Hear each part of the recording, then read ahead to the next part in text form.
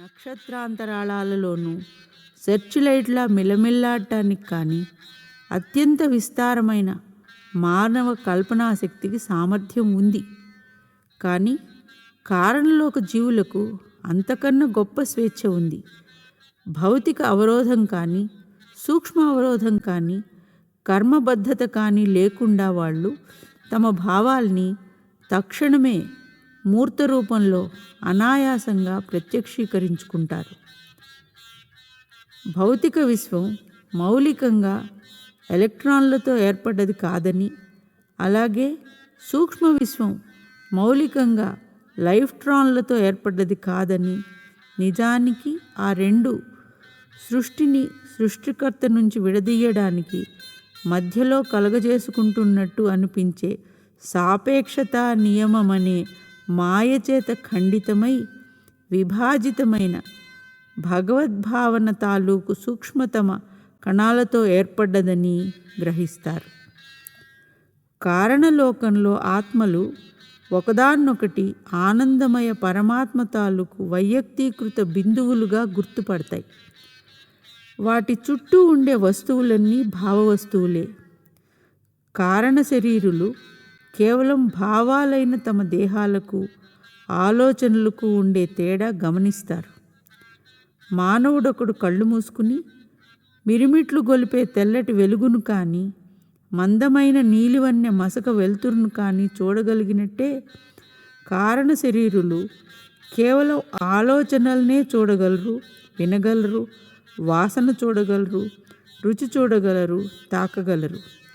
వాళ్ళు విశ్వ మానవ శక్తితో ఏదైనా సరే సృష్టించేస్తారు, లయం చేస్తారు. కారణలోకంలో చావు పుట్టుకలు రెండూ భావనలోనే ఉంటాయి. కారణ శరీరులు నిత్య నూతన జ్ఞానం అనే అమృతంతోనే విందు చేసుకుంటారు. శాంతి అనే నీటి బుగ్గల్లోంచి పెళ్ళుబుకి వచ్చింది తాగుతారు. అనుభూతి అనే దారిలేని నేల మీద తిరుగుతారు. ఆనందం అనే అనంత సాగరంలో ఈదులాడతారు. అవిగో వాళ్ళ ఉజ్వల భావదేహాలు. అనంతత్వపు ఆకాశరూప ఉరస్థలి మీద కోటానుకోట్లుగా పరమాత్మ సృష్టించిన లోకాల్ని, విశ్వాలనే తాజా బుడగల్ని, జ్ఞానతారకల్ని, సువర్ణ నీహారికల చిత్రవర్ణ స్వప్నాల్ని దాటి మునుముందుకు దూసుకుపోతున్నాయి. అనేక జీవులు కారణలోకంలో వేల కొద్ది సంవత్సరాలు ఉండిపోతారు. గాఢతరమైన ఆనందాతిరేకం వల్ల విముక్తాత్మ అప్పుడు స్వల్పమైన కారణ శరీరంలోంచి బయటికి వచ్చి కారణ విశ్వానికున్న విస్తారత అనే రూపాన్ని ధరిస్తుంది. భావాలు వేరువేరు సుడిగుండాలు, ప్రత్యేకీకృత శక్తి తరంగాలు. ప్రేమ, ఆనందము, శాంతి, సహజావబోధము, ప్రశాంతత, స్వయం సంయమము, ఏకాగ్రత ఇవన్నీ కరిగి పరమానంద సాగరంలో లీనమైపోతాయి. అటు మీదట ఆత్మ తానొక వైయక్తీకృత తరంగంగా ఆనందానుభవం పొందదు. చిరంతన హాసం, ఆహ్లాదాలు, స్పందాలు అనే కెరటాలు గల విశ్వైక మహాసాగరంలో విలీనమైపోతుంది. ఆత్మ ఈ మూడు శరీరాల గూళ్లను విడిచేసినప్పుడు సాపేక్షతా నియమం నుంచి తప్పించుకుని అనిర్వచనీయ నిత్యస్థితం అవుతుంది. సర్వవ్యాపకత్వమనే సీతాకోక చిలుకను చూడు. దాని రెక్కల మీద నక్షత్రాలు, చంద్రబింబాలు, సూర్యబింబాలు చిత్రించి ఉన్నాయి.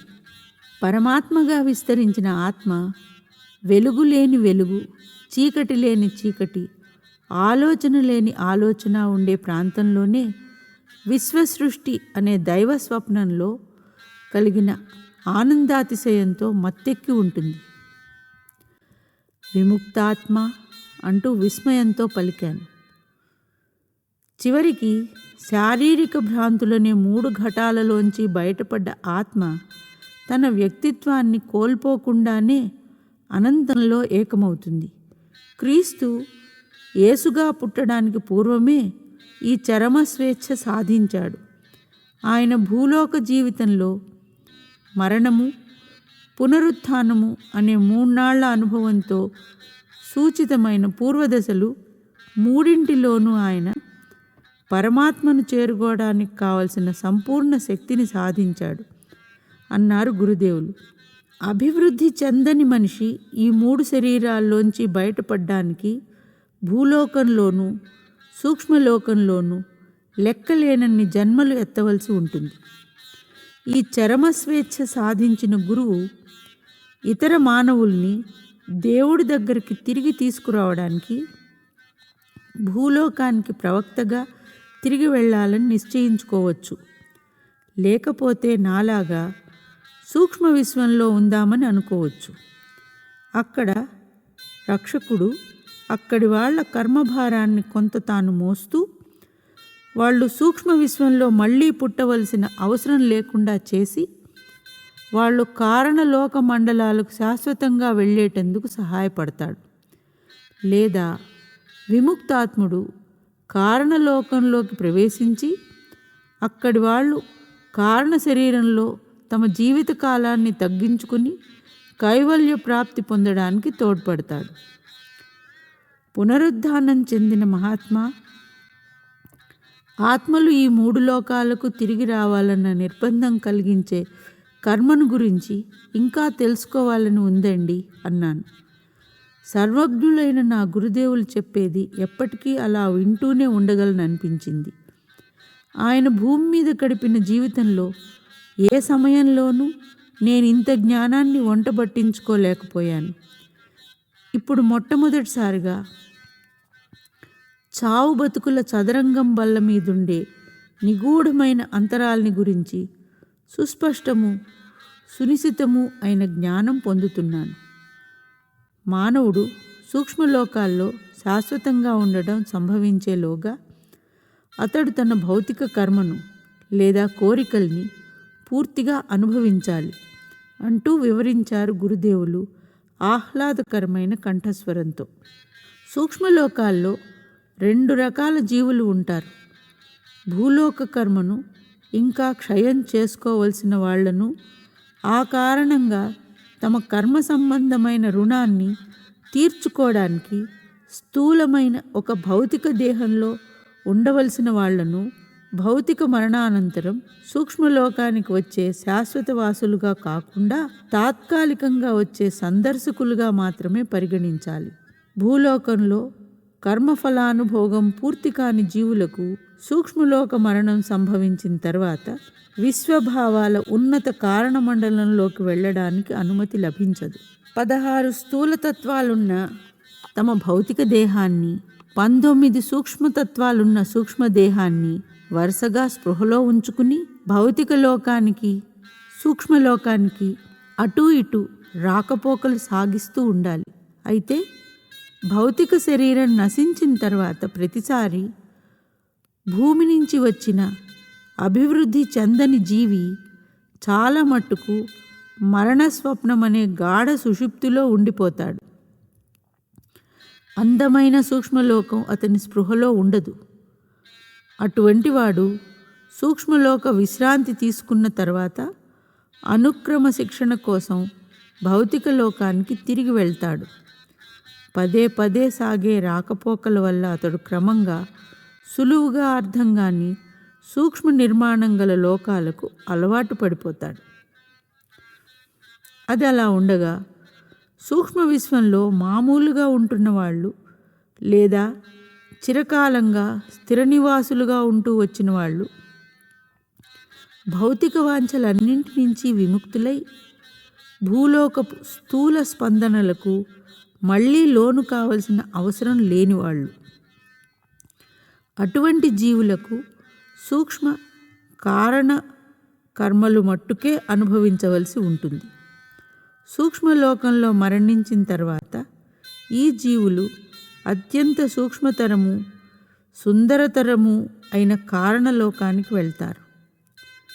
విశ్వనియమం నిర్ణయించిన ప్రకారం కొంత జీవితకాలం గడిచిన తర్వాత ఈ ప్రగత జీవులు హిరణ్యలోకానికో అలాంటి ఉన్నత సూక్ష్మలోకానికో వెళ్ళి సూక్ష్మలోక కర్మ ఫలావశేషాన్ని అనుభవించటానికి ఒక కొత్త సూక్ష్మ శరీరంలోకి ప్రవేశిస్తారు. అబ్బాయి, నేను దైవాజ్ఞ చేత పునరుద్ధానం చెందానని ఇప్పుడు నువ్వు పూర్తిగా గ్రహించవచ్చు అంటూ ఇంకా చెప్పారు శ్రీ యుక్తేశ్వర్ గారు. అయితే నేను రక్షకుడిగా పనిచేసేది భూమి నుంచి పైకి వచ్చిన సూక్ష్మలోక జీవుల్ని ఉద్ధరించడం కోసం కన్నా ముఖ్యంగా కారణలోకం నుంచి తిరిగి వచ్చి సూక్ష్మలోకంలో పునర్జన్మ ఎత్తిన ఆత్మల్ని ఉద్ధరించటం కోసమని చెప్పాలి. భూమి నుంచి వచ్చిన వాళ్ళు తమ భౌతిక కర్మావశేషాలని ఇంకా నిలుపుకునే ఉన్నట్టయితే హిరణ్యలోకం వంటి అత్యున్నత సూక్ష్మలోకానికి చేరలేరు. భూమి మీద ఉండే వాళ్ళలో చాలామంది సూక్ష్మలోక జీవితం వల్ల కలిగే ఉత్కృష్ట ఆనందాల్ని, లాభాల్ని హర్షించటానికి ఉపకరించే ధ్యానార్జిత అంతర్దర్శనాన్ని అలవర్చుకోని కారణంగా మరణానంతరం మళ్ళీ భూమి మీదుండే పరిమిత అపరిపూర్ణ సుఖాల కోసమే తిరిగి రావాలని కోరుకునేటట్టుగానే చాలామంది సూక్ష్మలోక జీవులు కారణలోకంలోని ఆధ్యాత్మికానందం అనే ఉన్నతావస్థను ఊహించుకోలేక తమ సూక్ష్మ శరీరాలు మామూలుగా విఘటన చెందే సమయంలో స్థూలతర అసహజ సూక్ష్మలోక సౌఖ్యాన్ని గురించిన ఆలోచనల మీదే మనసు పెట్టుకుని సూక్ష్మ స్వర్గానికి తిరిగి రావాలని కోరుకుంటారు. సూక్ష్మలోకంలో మరణించిన తర్వాత బహు సన్నని సరిహద్దులో సృష్టికర్త నుంచి వేర్పాటుగా ఉన్న కారణ భావజగత్తులో శాశ్వత నివాసం పొందగలిగే ముందు అటువంటి వాళ్ళ భారీ సూక్ష్మలోక కర్మ క్షయం కావాలి. ఒక జీవి కంటికి ఇంపు చేసే సూక్ష్మ విశ్వంలో లభించే అనుభవాల కోసం మరేమీ కోరికలు పెట్టుకోకుండా తిరిగి అక్కడికి వెళ్ళాలన్న వ్యామోహానికి లోబడకుండా ఉండగలవాడైతేనే అతడు కారణలోకంలో ఉండిపోతాడు. అక్కడ కారణకర్మను లేదా వెనకటి కోరికల బీజాల్ని క్షయం చేసే పని పూర్తి చేసి బద్ధమైన ఆత్మ అవిద్య అనే 3 బిరడాల్లోనూ చివరిదాన్ని బయటికి నెట్టేసి కారణ శరీరం అనే కడపటి సీసాలోంచి బయటపడి శాశ్వత పరబ్రహ్మంలో కలిసిపోతుంది. ఇప్పుడు తెలిసిందా నీకు? గురుదేవులు మనోహరంగా చిరునవ్వు నవ్వారు. తమ దయ వల్ల తెలిసిందండి. ఆనందంతోనూ కృతజ్ఞతతోనూ నోట మాట రావడం లేదండి. ఒక పాట కానీ కథ కానీ విని అంతకుముందు ఎన్నప్పుడూ నేను స్ఫూర్తిమంతమైన జ్ఞానం పొందలేదు. హిందూ పవిత్ర గ్రంథాలు కారణ సూక్ష్మలోకాల గురించి, మానవుడి 3 శరీర కోశాలని గురించి ప్రస్తావించినప్పటికీ పునరుత్థానం చెందిన మా గురుదేవుల ఆహ్లాదకరమైన సాధికారతతో పోల్చి చూస్తే ఆ గ్రంథాల్లో చెప్పింది ఎంత దుర్గ్రాహ్యంగా, ఎంత అర్ధరహితంగా ఉంటుందో అనిపించింది. ఆయన దృష్టిలో యాత్రికుడెవడు, తిరిగి రాని అనన్వేషిత దేశం ఒక్కటీ లేదు. మానవుడు 3 శరీరాలు ఒకదాంట్లో ఒకటి చొచ్చుకుపోయి ఉంటాయన్న విషయం అతని త్రిగుణాత్మక ప్రకృతి ద్వారా అనేక మార్గాల్లో వ్యక్తమవుతుంది అంటూ చెప్పసాగారు గురుదేవులు. భూమి మీద మానవుడికి జాగ్రత్త అవస్థలో దాదాపు ఈ 3 వాహకాలు స్పృహలో ఉంటాయి. రుచి చూడడం, వాసన చూడడం, తాకడం, వినడం లేదా చూడడం వంటి ఇంద్రియానుభవాలు పొందాలని అతడు ఇంద్రియ భోగ లాలసుడై తలపెట్టినప్పుడు అతడు ప్రధానంగా తన భౌతిక శరీరంతో పనిచేస్తున్నాడన్నమాట. అంతర్దర్శనం పొందడం లేదా సంకల్పించటం అన్నవి అతడు ముఖ్యంగా సూక్ష్మ శరీరంతో చేస్తున్నాడు. మనిషి ఆలోచిస్తున్నప్పుడు కానీ, అంతఃపరిశీలనలోనో ధ్యానంలోనో గాఢంగా మునిగి ఉన్నప్పుడు కానీ అతని కారణ శరీరానికున్న వ్యక్తీకరణ శక్తి వెల్లడవుతుంది. అలవాటు ప్రకారం కారణ శరీరంతో సంబంధం పెట్టుకునేవాడికి ప్రతిభా సంబంధమైన విశ్వభావాలు ఏర్పడతాయి. అంటే ఒక వ్యక్తిని భౌతిక మానవుడుగా కానీ, శక్తిమంతుడైన మానవుడుగా కానీ, ప్రజ్ఞాపరుడైన మానవుడుగా కానీ స్థూలంగా వర్గీకరించవచ్చు. మనిషి ప్రతిరోజు సుమారు 16 గంటల సేపు భౌతిక వాహనంగా తనను భావించుకుంటూ ఉంటాడు. తర్వాత నిద్రపోతాడు. కలలు కనేటట్టయితే సూక్ష్మలోక జీవుల మోస్తరుగానే ఏ వస్తువునైనా అనాయాసంగా సృష్టిస్తూ సూక్ష్మ శరీరంలో ఉంటాడు.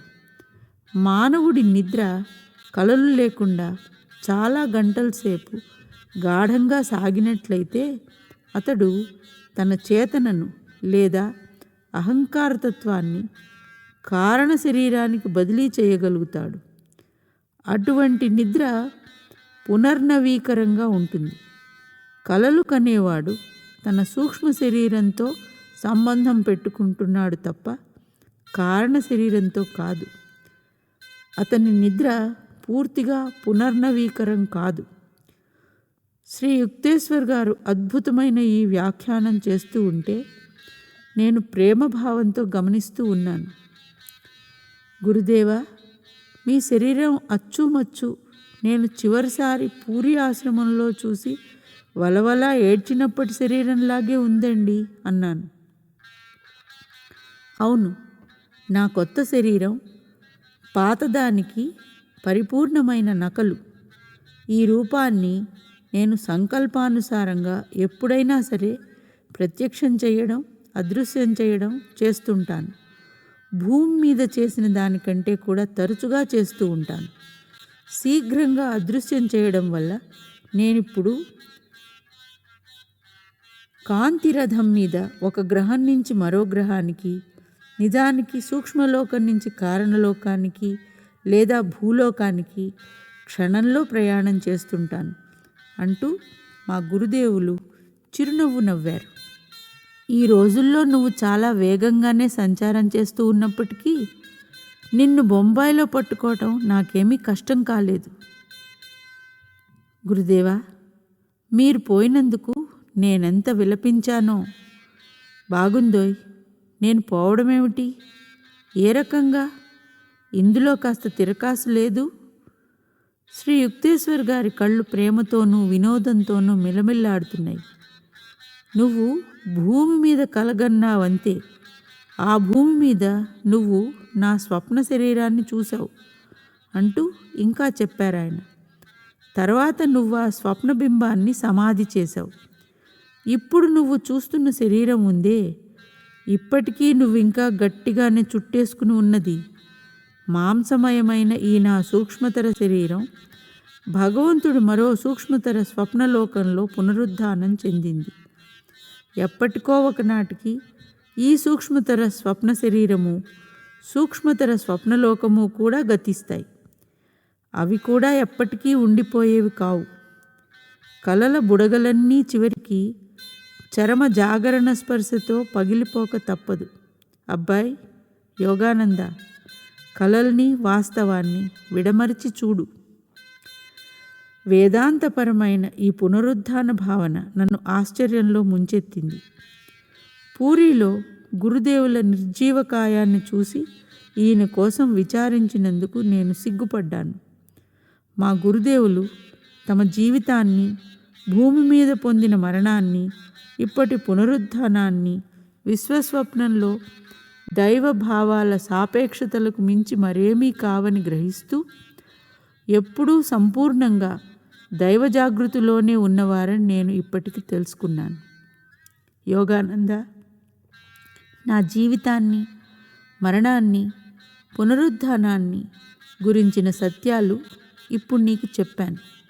నా కోసం బెంగ పెట్టుకోకు. అంతకన్నా దేవుడి కల అయిన ఈ భూలోకం నుంచి సూక్ష్మ శరీరాచ్ఛాదితమైన ఆత్మలు ఉండే మరో భగవత్ స్వప్న గ్రహానికి వెళ్ళిన నా పునరుద్ధాన వృత్తాంతం ప్రతిచోట చాటు. ప్రపంచంలో ఉన్న దుఃఖపీడిత, మరణభీత స్వప్నదర్శుల హృదయాల్లో కొత్త ఆశను చిగురింపచేస్తుందది. అవును గురుదేవా, ఆయన పునరుద్ధానం వల్ల కలిగిన ఆనందాన్ని నేను మనసారా ఇతరులతో పంచుకుంటాను.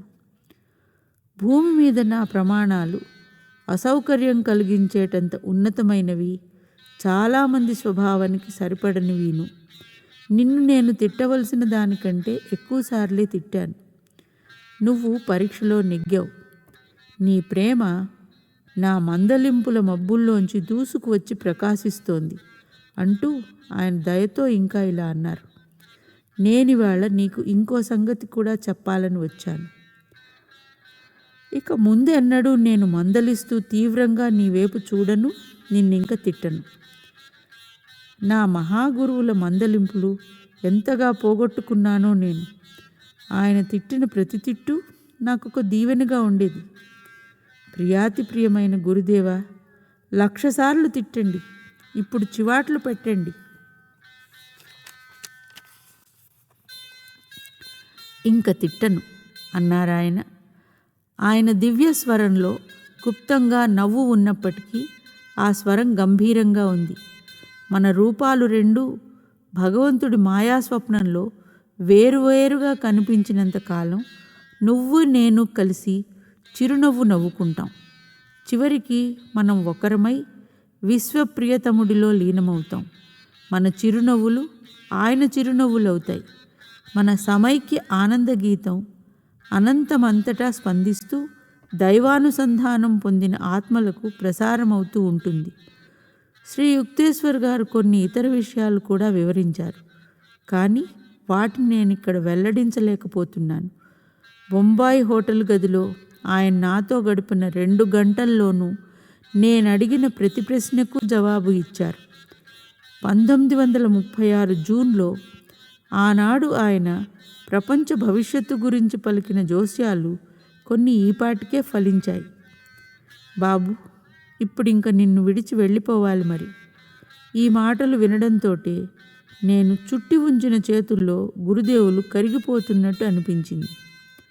నాయనా అంటూ పిలిచినప్పుడు ఆయన కంఠస్వరం నా ఆత్మాకాశంలోకి స్పందిస్తూ ప్రవేశించింది. నువ్వు నిర్వికల్ప సమాధి ద్వారంలోకి ప్రవేశించి నన్ను ఎప్పుడు పిలిస్తే అప్పుడు ఇవాల్టిలాగే రక్తమాంసాలున్న శరీరంతో నీ దగ్గరికి వస్తాను అన్నారాయన. ఈ దివ్య వాగ్దానం చేసి శ్రీ యుక్తేశ్వర్ గారు నాకు కనుమరుగైపోయారు. సంగీతంతో కూడిన ఉరుముల మారుమోగిన మేఘగర్జన స్వరం ఒకటి ఇలా పలికింది. అందరికీ చెప్పు, మీ భూలోకం దేవుడి కళ అని నిర్వికల్ప సమాధిలో తెలుసుకున్నవాడల్లా హిరణ్యలోకమనే సూక్ష్మతర స్వప్నజనిత గ్రహానికి రాగలడు. అక్కడ నేను అచ్చం భూమి మీద ఉన్నప్పటి శరీరం లాంటి శరీరంతోనే పునరుద్ధానం చెంది ఉండటం గమనిస్తాడు. యోగానంద, ఈ మాట అందరికీ చెప్పు. వియోగ దుఃఖమంతా మబ్బులా విడిపోయింది. కొంతకాలంగా ఆయన మరణం వల్ల కలిగిన సంతాపం, శోకం నా మనశ్శాంతిని హరిస్తూ వచ్చాయి. కానీ ఇప్పుడవి చిన్నబుచ్చుకుని పరారయ్యాయి. కొత్తగా ఏర్పడ్డ అంతులేని ఆత్మఛిద్రాల గుండా దివ్యానందం ఒక నీటి బుగ్గలా ఎగజిమ్మింది. ఉపయోగంలో లేకపోవడం వల్ల ఏనాడో పూడుకుపోయిన ఈ చిల్లులు ఒక్కసారి ఆనందపు వెల్లువ పోటెత్తేసరికి పెద్దవయ్యాయి. నా పూర్వజన్మలు చలనచిత్రం మాదిరి క్రమమైన వరుసలో నా లోపలి కంటికి అవుపించాయి. వెనకటి సత్కర్మ దుష్కర్మలు రెండూ గురుదేవుల దివ్య సందర్శనం వల్ల నా చుట్టూ ప్రసరించిన విశ్వకాంతిలో కరిగిపోయాయి.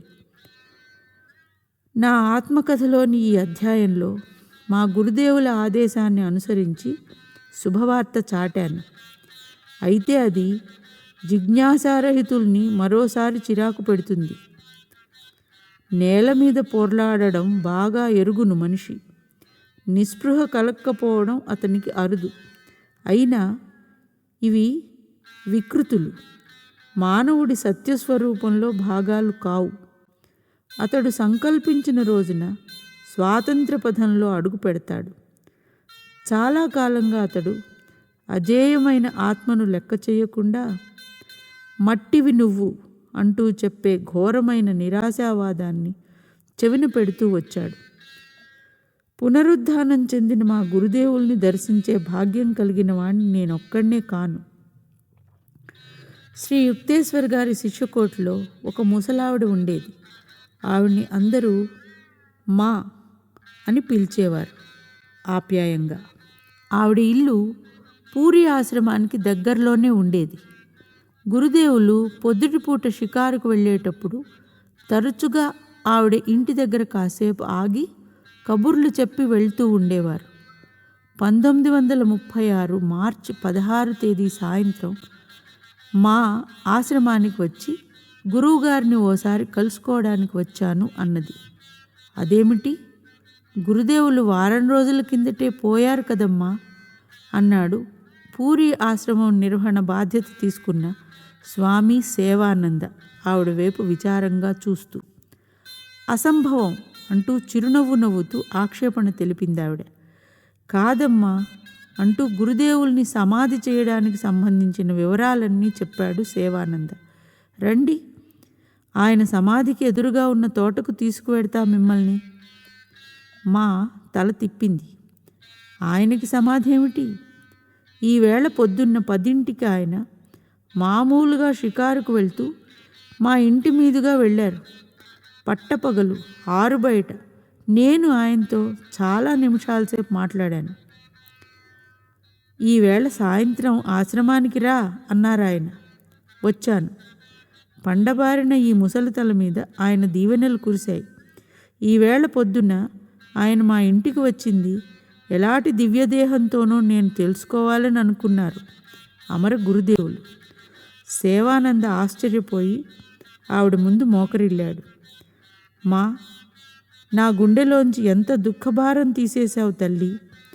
ఆయన పునరుద్ధానం చెందారు అన్నాడతను. ఒక యోగి ఆత్మకథ 43వ